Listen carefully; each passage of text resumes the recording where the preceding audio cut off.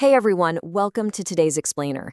I'm really thrilled you're here with us. We're going to do a rapid, 4-minute synthesis of the day's most consequential stories. Right now, we're seeing this absolutely fascinating convergence happening across the country and, honestly, the globe. We're looking at how extreme weather, massive technological infrastructure, and a shared global cultural moment are all literally crashing into each other today, Sunday, July 12th, 2026. Let's jump right into the action.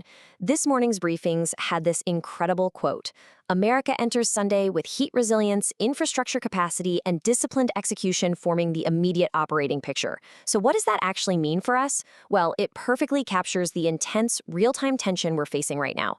We have these soaring digital and technological ambitions, right? But they are slamming headfirst into the stark physical reality of our environment. And all of this is happening before Monday morning even kicks off. Okay, let's dive right into this. Act 1, the physical threat. Our physical reality today is basically being dictated by this massive, dangerous weather event that is reshaping how the entire country operates. We're talking about a widening heat dome that is literally suffocating much of the U.S. If we quickly run down the geographic spread, it is intense. Out west, the Southwest is getting hammered with extreme heat, approaching or even blowing past 110 degrees.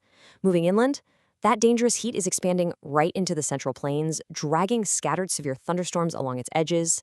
And down in the southeast, hot, heavy, and extremely humid conditions with localized afternoon storms popping up. It's just a sweeping physical threat rolling from the west coast inward. Now, what's truly concerning here is how this heat wave presents dual threats. On the one hand, you have severe public health risks. Prolonged extreme heat, especially when you throw in unusually warm overnight temps, is incredibly dangerous because our bodies just don't get a chance to recover. It's a huge danger for older adults, kids, and outdoor workers. But on the flip side, we have massive grid resilience pressures. Utilities are facing enormous strain right now. They're pulling absolutely every lever they have just to keep the AC running day and night for millions of people. But here's the major pivot, the real so what of the situation. While this extreme heat is straining our power grid today, there's a new permanent resident moving in that is demanding even more electricity. I'm talking about artificial intelligence. The digital world, you guys, is getting incredibly heavy. Which brings us to Act 2, the digital weight. Now, what's really interesting about this is that enterprise technology has officially shifted. We kind of need to redefine what we're even talking about here. AI isn't just a cool software experiment or a fun little demo anymore. It's become this foundational layer of business that requires massive physical space and power. It's the physical integration of chips, high-speed networks, data centers, and the power generation required to run these systems reliably. Basically, AI has morphed into a physical heavyweight built out of steel, silicon, and mind-boggling amounts of electricity. Let's break down this AI economy component by component. Think about data centers. They're now one of the tech sector's most consequential physical investments, full stop.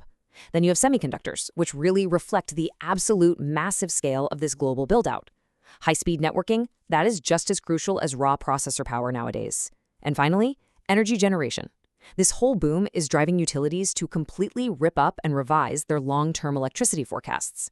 So the crazy, somewhat ironic point here is that our ultra-modern, cutting-edge digital progress is entirely dependent on physical energy systems built decades ago, and the skilled technicians needed to keep them running.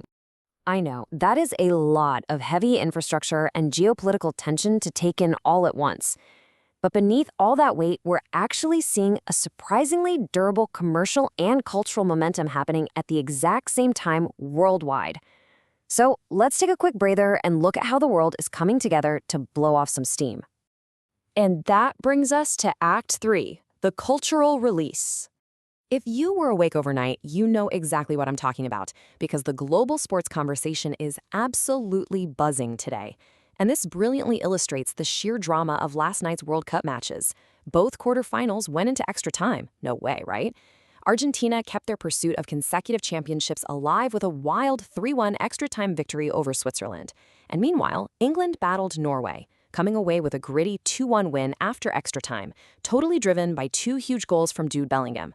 I mean, the hype for their Wednesday semifinal clash is going to be absolutely astronomical. Looking at the rest of the Sunday cultural landscape, we've got France and Spain ready to contest the other semifinal on Tuesday down in Arlington. But notice how this cultural moment ties right back into our first act.